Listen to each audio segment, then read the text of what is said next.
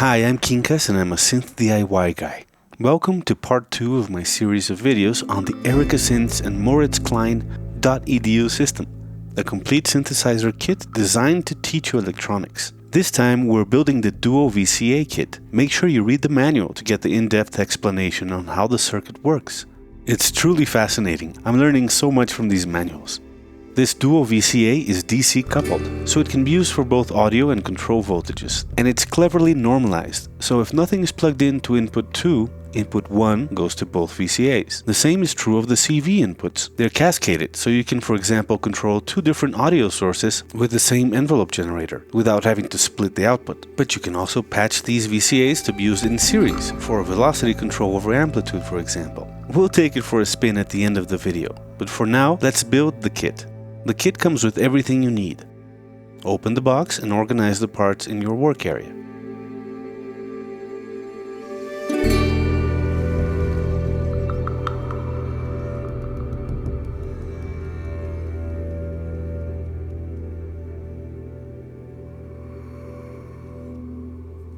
This time we'll start with the IC sockets. Make sure to plug them in correctly. The byte on the socket must match the drawing on the board.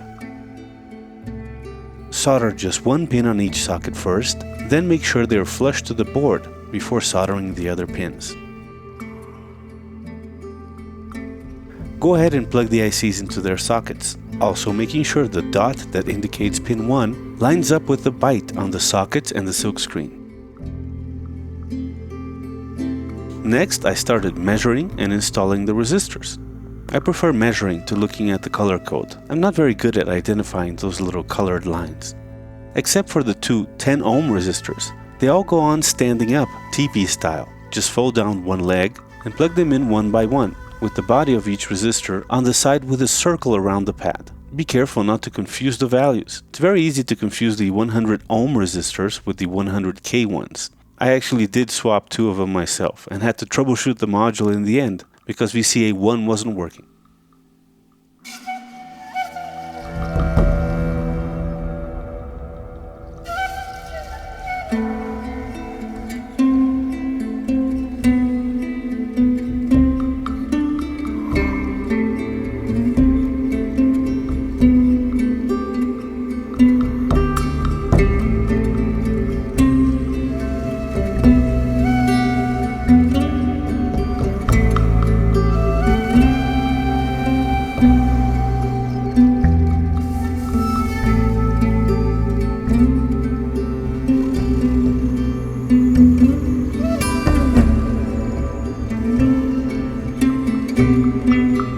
Once the resistors are all in, you can solder the exposed lead of each resistor to hold them in place.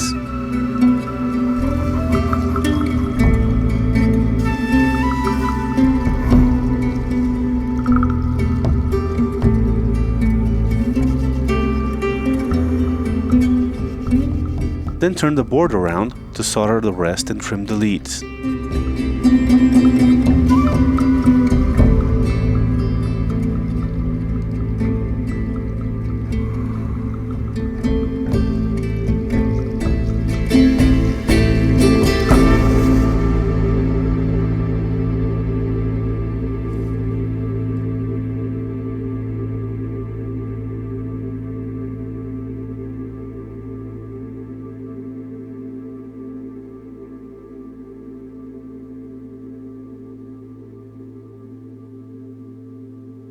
Now plug in the 100 nanofarad ceramic capacitors and bend out their leads to keep them in place. Then turn the board around to solder and trim the leads.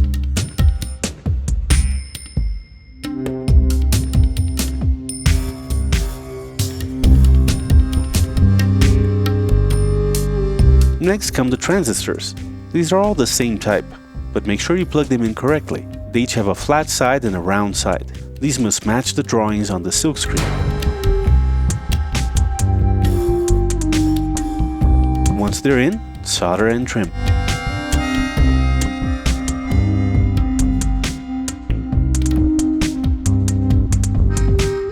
Now install the electrolytic capacitors. These are polarized. The longer lead indicates the positive, and the line on the side indicates negative. Make sure each positive leg goes into the square pad, while the negative side lines up with the line drawn on the PCB. Solder and trim. Moving on to the power connector. Make sure it's oriented correctly. The side with the opening should face inward towards the PCB. Hold the part with your finger and solder just one pin at first. Reflow as you push it in until you feel like the socket is flush against the PCB. Then lay the board down and solder the rest of the pins. Now plug in and solder the two trim pots.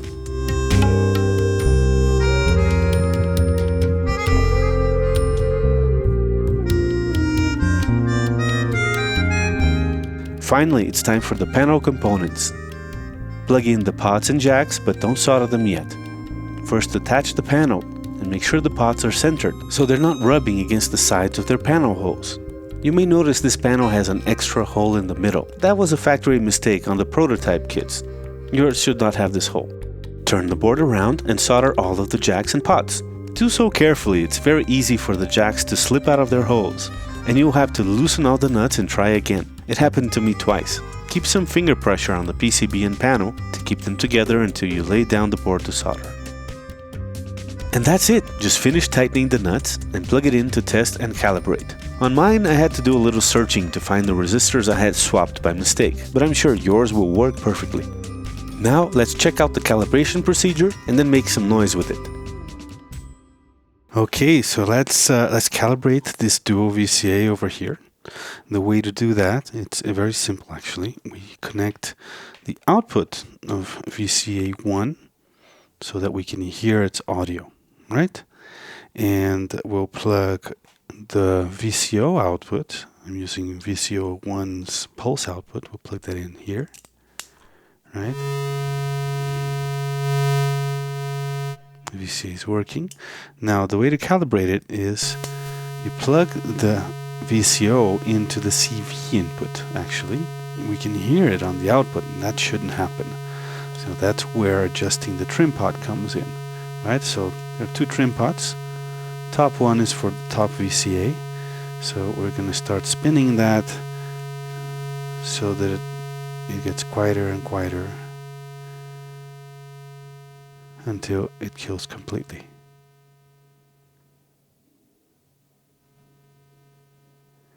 See, if I go too far, you start hearing it again. So there's a point where you get silence.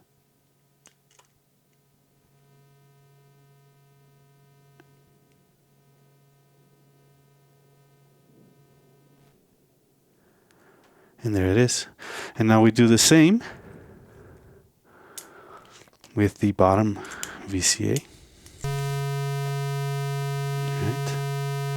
Make sure you have the offset all the way counterclockwise when you do this. And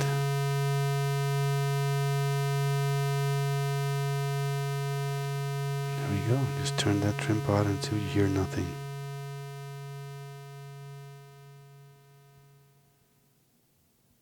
There you go. Nice and quiet. Now we can test it. So let's plug in the audio into the audio input now, and we'll take an envelope generator, put it in looping, and there we have it.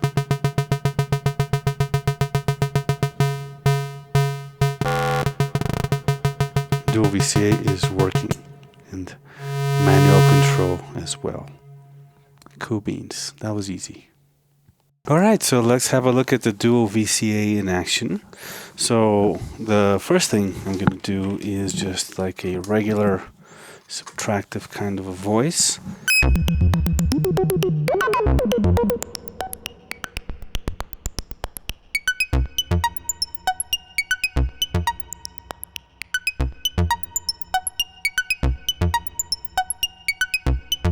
There we go.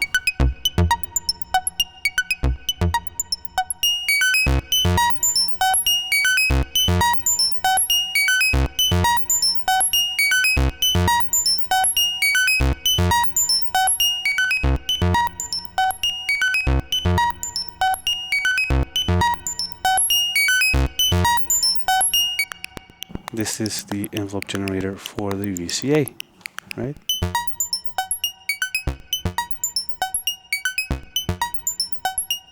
To show that normalization scheme, let me just plug in the CV to the first channel here. You see that works just the same. So the CV cascades down to CV input number 2 and nothing's plugged in there. So if I plug a cable, it's silenced because it interrupts that normalization.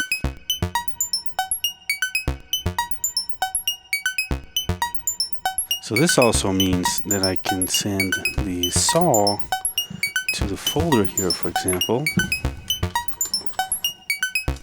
right? And then take that folder output, stick it into channel 1, and take that output to the second input in the mixer here. And I can have the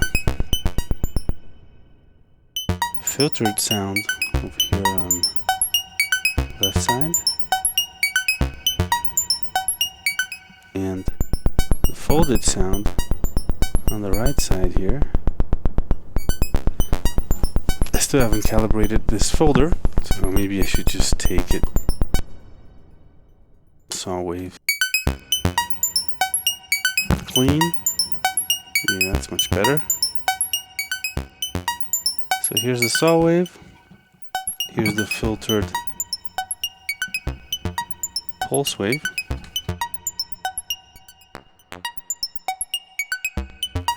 And here's both of them together. So I'm using it as a stereo VCA right now. We're triggering both sides with just a single envelope generator.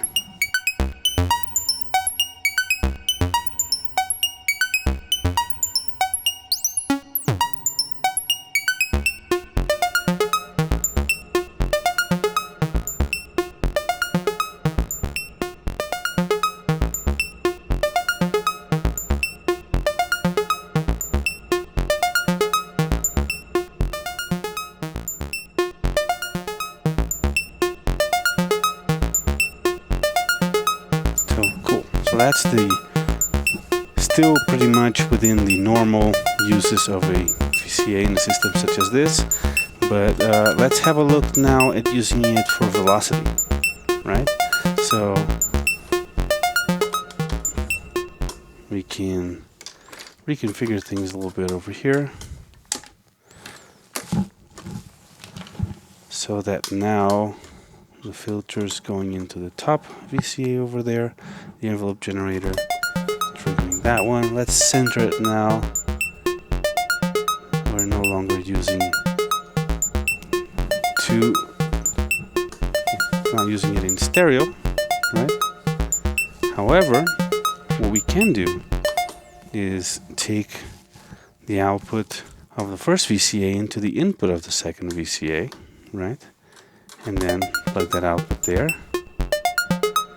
And right now we haven't heard any changes because still the same CV is cascading there between both of them.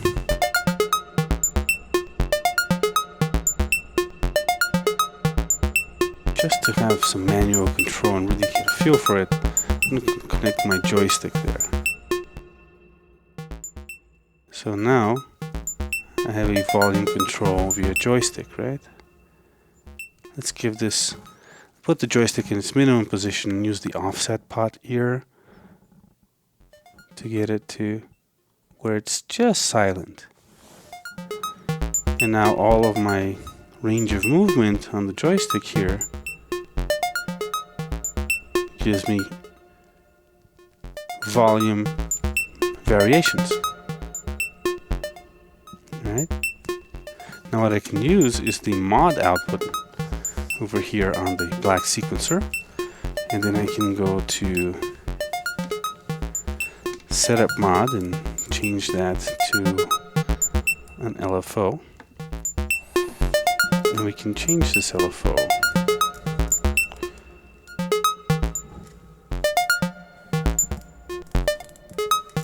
We can sync it.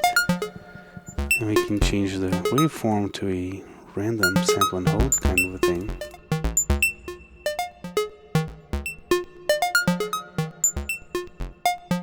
different velocity value for each step. And that's in addition to the envelope that's already working on the first channel here. And this is where the offset control, the manual offset control here comes in pretty handy.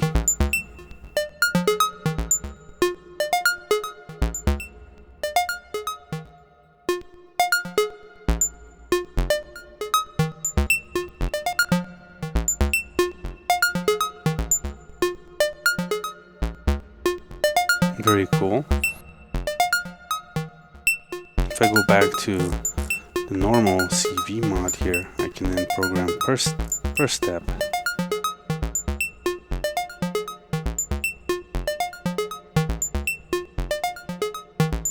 The automation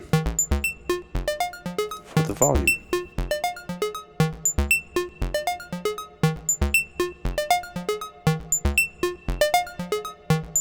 Cool.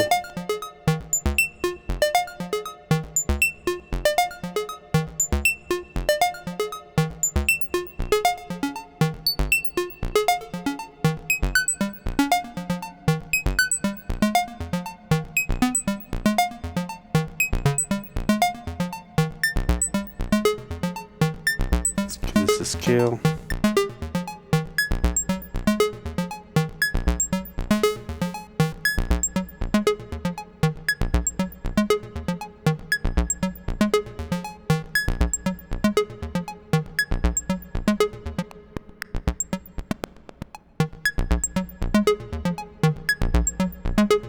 And again, let's look at that modulation curve there.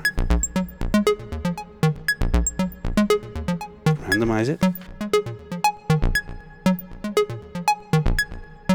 Very nice.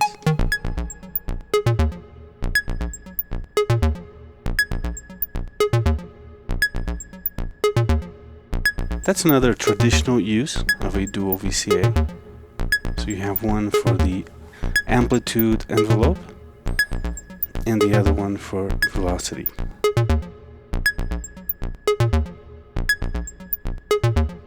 Now I want to see it in action as an audio rate amplitude modulation device. So let's pull this patch apart. So the first thing I'll do is connect the saw wave from one oscillator into the audio input here of the dual VCA, and we'll connect the dual VCA's output to the output mixer right there. If I use the offset knob here, I can manually control the volume, right? This VCO right here. Now I'm going to use the filter with its resonance high as a sine wave oscillator, right? And now I'm going to plug that into the CV input right here. Now I can use the offset knob to tune where I want that response. This way half of that sine wave is giving me silence, right? But maybe I just want the very tip of the sine wave to be silenced. And that would be somewhere around here. Right? And now let's turn up the frequency to audio rate.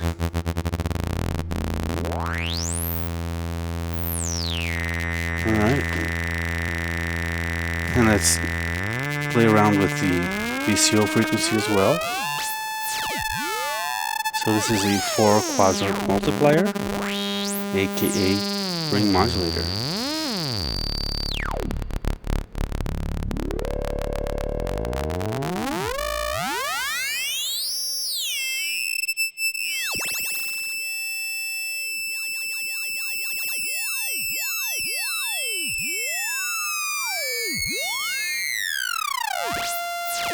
Very cool sound.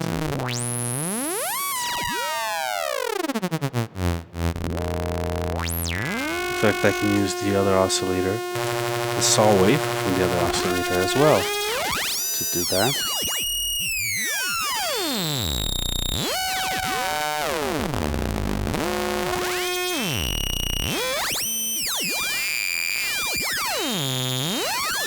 cool.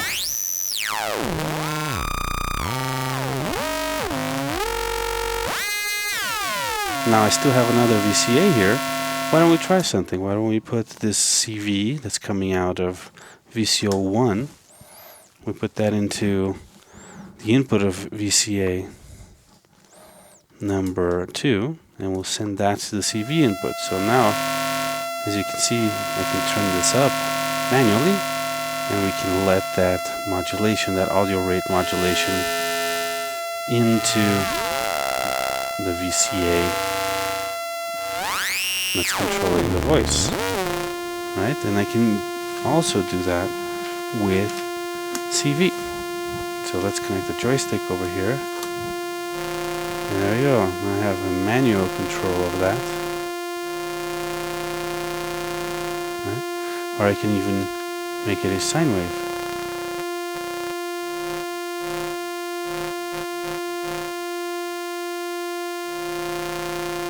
There we go.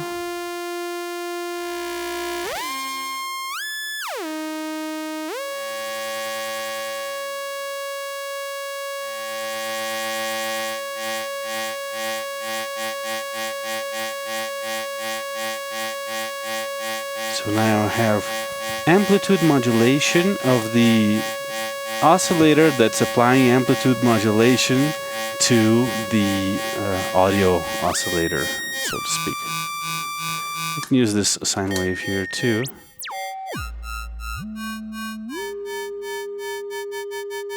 Now the sine wave is our wave we're listening to.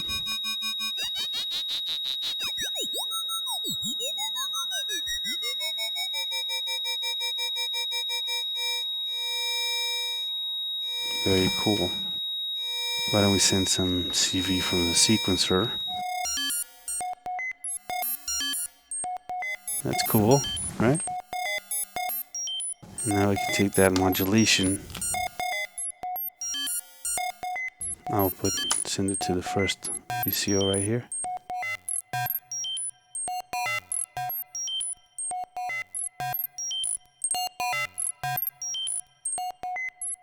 There you go. Pretty interesting sounds there.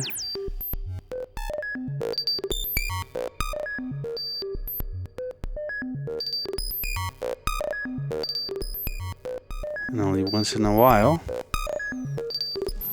do we get that VCO 1 modulating the amplitude of VCO 2, because that's being controlled by VCA 2 here, which in turn is being controlled by the sine wave coming out of my black joystick.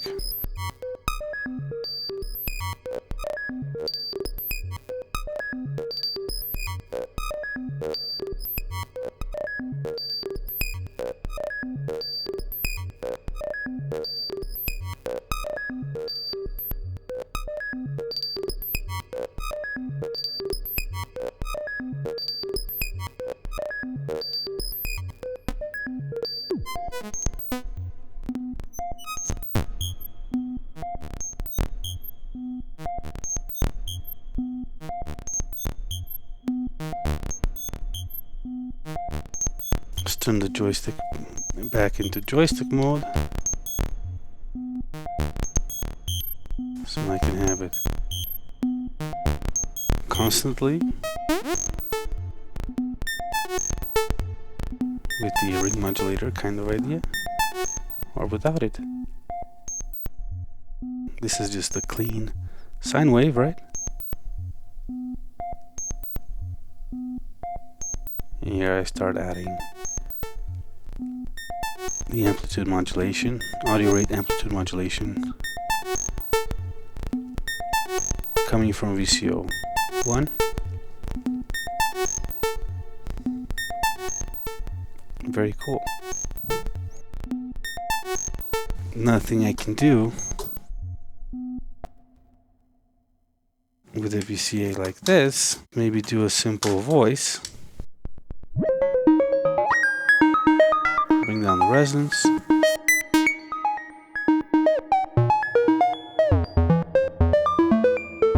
Turn down this BPM here. Now Now let's say we want an LFO, but we want an LFO to do some vibrato, right, on that VCO, but we want it to be controlled.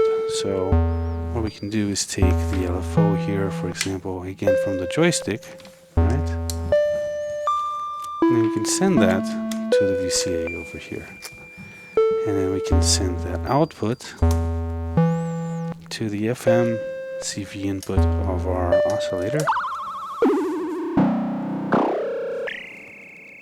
Right. And I can use my offset here to zero it. That VCA is also being controlled by the same envelope generator over here. So if I plug something in here, automatically that stops, and now we don't hear the vibrato anymore.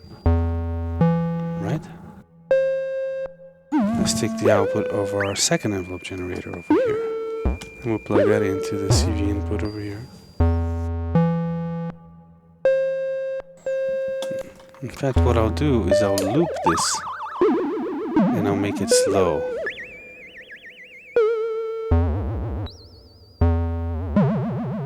So as you can see, I'm using the envelope generator here as a sort of slow LFO, which is controlling the amount of vibrato that's being applied to the pitch of the VCO.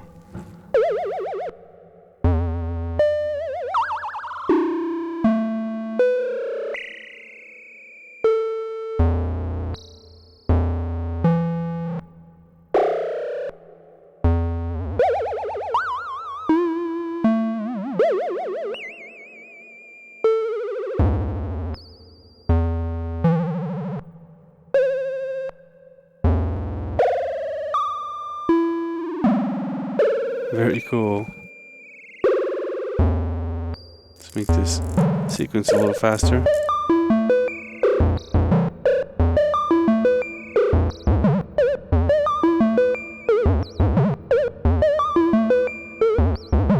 As you can see, the envelope LED light up. We'll hear more vibrato.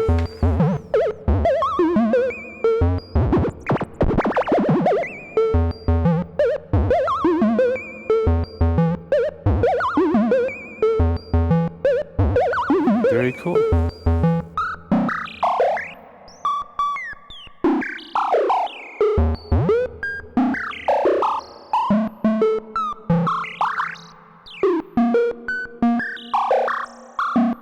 Let's take this instead of from the joystick and take the saw wave from VCO1 here.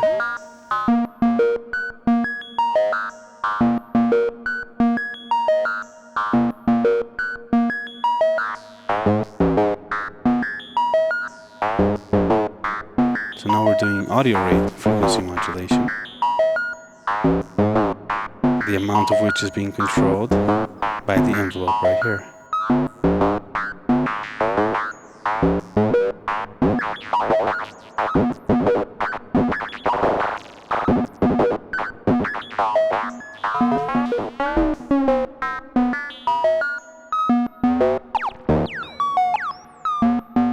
Now I'm controlling VCO with the modulation channel from the black sequencer here.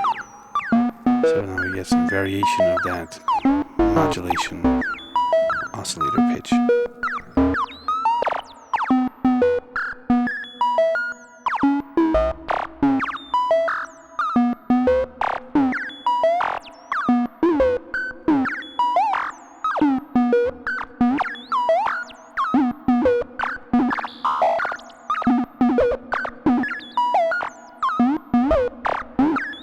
Very cool.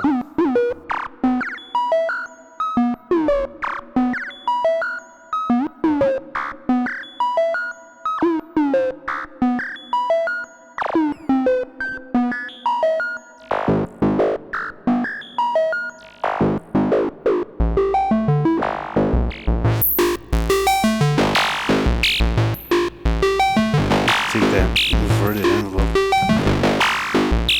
from the envelope, control the filter with it.